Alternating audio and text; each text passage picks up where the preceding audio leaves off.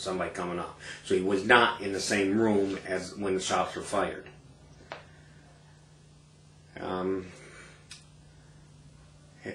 Harry had to check the cylinder of the gun, which I just told you.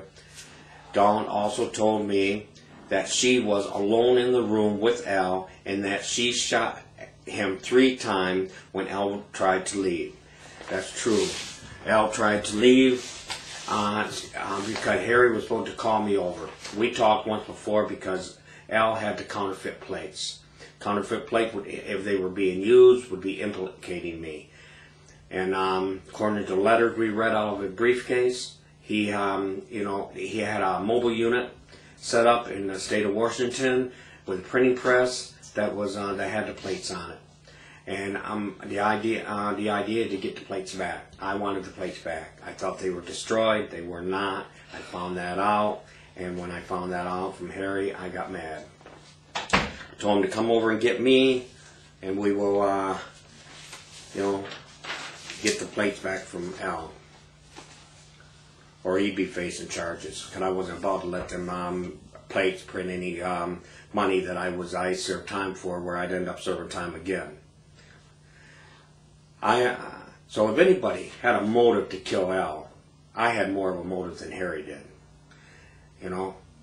But Dawn,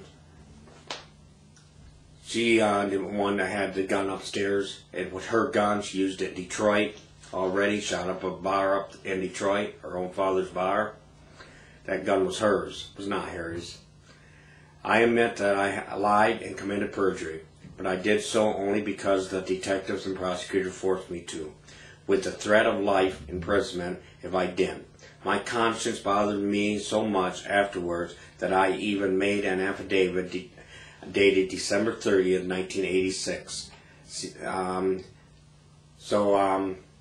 I made a affidavit there in prison.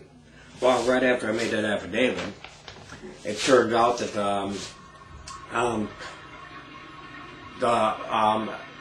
a lawyer, Harry's attorney, runs over to the prosecutor, gives him the affidavit. Then the prosecutor, which I think his name was Clavens, I have trouble remembering names, but his name was Clavens, and I think the detective would not Roloff, I think it was Detective Smith, came up, called me out of my unit, took me into the captain's office. I'm sure that can be verified. I don't think they snuck into prison, because nobody can sneak into prison. Pulled me out, told me that if I changed my testimony, that I would be charged with perjury, and then slapped a sub-4 on me and get life in prison anyway. So when I came back, I talked to a court-appointed attorney. He said the best thing for me to do to plead the 5th. And so I pled the 5th. And also the detective agreed with that as well, apparently. The prosecutor and detective had power over my life, my future or fate in prison, and I had to do whatever they told me to.